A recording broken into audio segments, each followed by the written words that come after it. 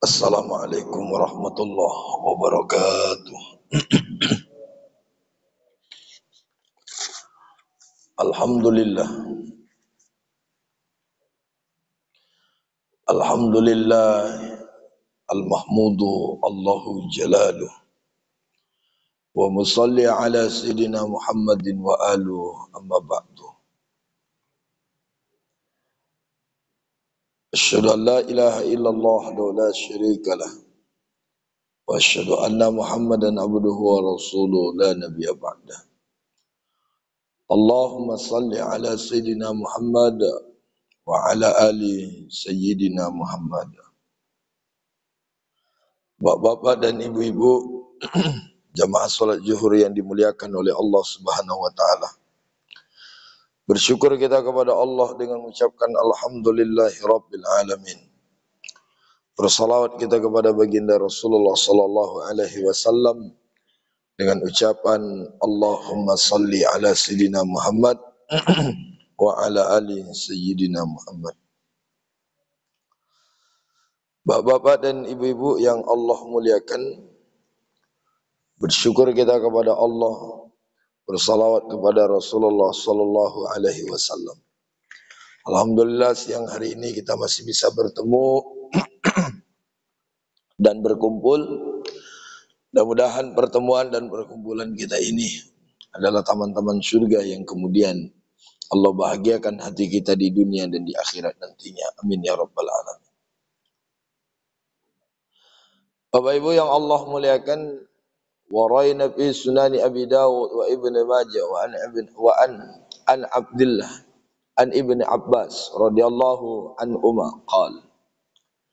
Saya ulang, warayna fi sunani Abi Dawud, diriwayatkan di Sunan Abu Dawud, wa Ibnu Majah dan Ibnu Majah, dari sahabat Nabi Abdullah ibnu Abbas, semoga Allah meridhai keduanya. Qala Rasulullah sallallahu alaihi wasallam, Rasulullah sallallahu alaihi wasallam bersabda, "Man lazimal istighfar ja'alallah min kulli dikin makhraja wa min kulli hammin faraja wa razaqahu min haitsu la yahtasib."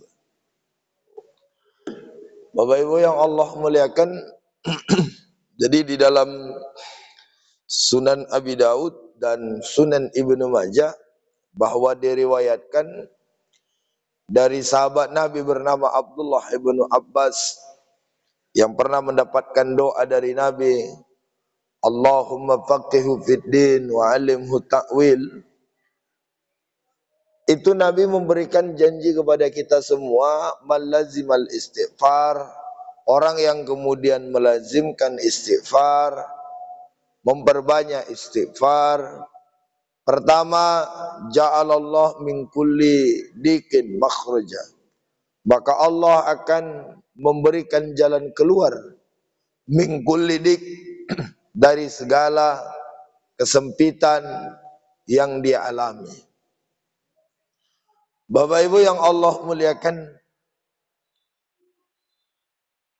maka seyogianya lah kita di akhir-akhir Ramadan ini memang tiada lain dan tiada bukan kecuali memang memperbanyak istighfar kepada Allah. Salat tarawihnya malas-malasan, minta ampun kepada Allah, bacaan Al-Qur'annya enggak hatam-hatam, minta ampun kepada Allah. Kadang-kadang kita berbuka terlalu berlebihan, minta ampun kepada Allah. Yang kadang-kadang kalau kita sahur seolah-olah kita takut khawatir bahwa kita nanti bakalan tidak sanggup berpuasa kalau kita tidak banyak makan. Minta ampun kepada Allah yang mungkin di bulan suci Ramadan ini ucapan kita kadang-kadang belum bisa kita jaga. Kita berpuasa tapi ucapan tidak bisa kita jaga. Minta ampun kita kepada Allah yang mungkin di bulan suci Ramadan ini kita tidak mengabari orang tua. Minta ampun kita kepada Allah mungkin di bulan Ramadan ini berapa kali kita marah dengan kawan, sahabat, teman dan lain sebagainya. Minta ampun kita kepada Allah mungkin selama Ramadan ini kita tidak maksimal ke masjid. Minta ampun kepada Allah mungkin selama Ramadan ini kita tidak maksimal salat subuh di masjid, minta ampun kepada Allah.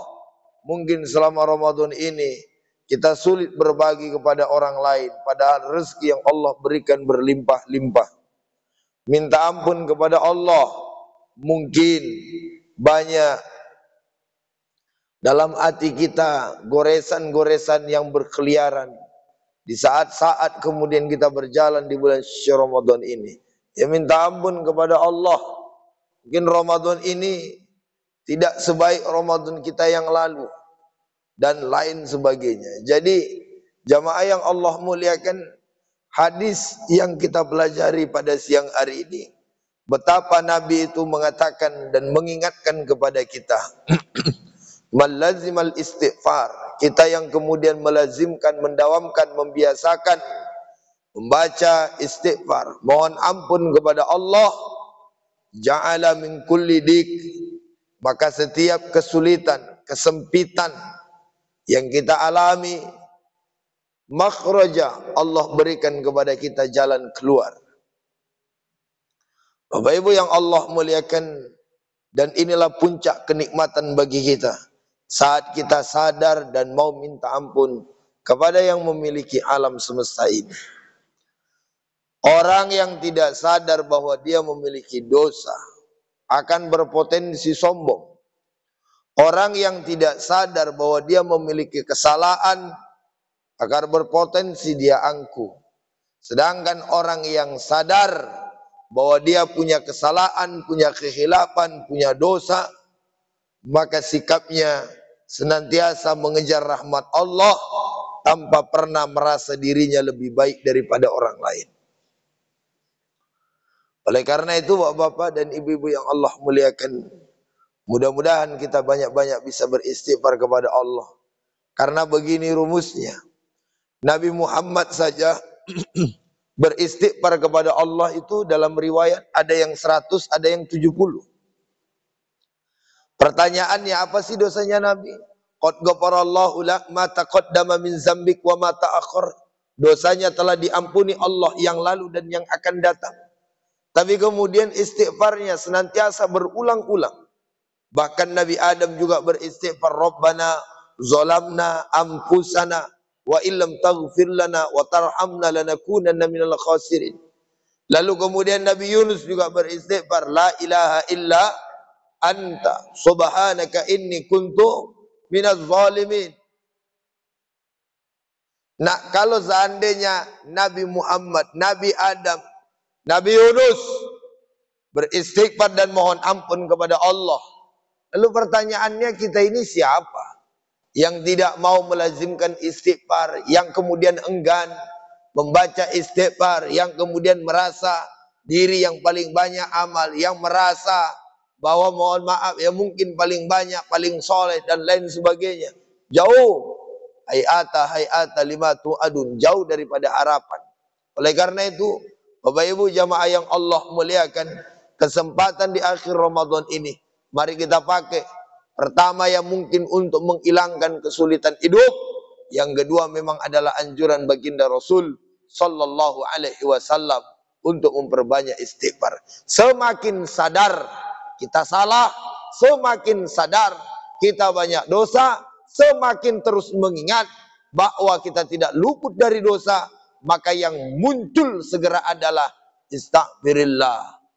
Kita kemudian mohon ampun kepada Allah Subhanahu wa taala, dan tidak ada kepuncak kenikmatan yang paling luar biasa kecuali saat kita bisa memohon ampun kepada Allah Subhanahu wa taala.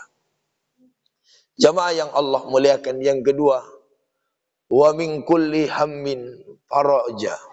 Dari setiap pikiran-pikiran, dari setiap kepusingan-kepusingan, ya pusing mikirin THR, sehingga kemudian status WA-nya siapa yang ngasih THR ini ya. Lalu kemudian pusing mikirin baju lebaran, pusing mikirin sendal dan lain sebagainya. Saya beberapa kali menyampaikan di tempat-tempat yang lain, Bapak Ibu yang Allah muliakan, nanti ketika Idul Fitri Jangan heran yang selama ini tidak pernah ikut sholat taraweh, itulah nanti waktu 1 Syawal Idul Fitri yang paling semangat pakai sarung wadimor, yang paling semangat pakai baju kokoh putih, duduk pas di depan sambil takbiran, Allahu Akbar, Allahu Akbar. Puasa nggak ada, tapi wadimornya, baju kokohnya, peci putihnya, sampai mengalahkan imam masjid Darul Aman. Jadi nggak usah heran nanti di apa namanya di 1 Syawal. Tengok aja lah nanti kalau tak percaya. Ada yang datang pakai jubah, lalu kemudian serban di sininya. Salah tidak? Nggak salah.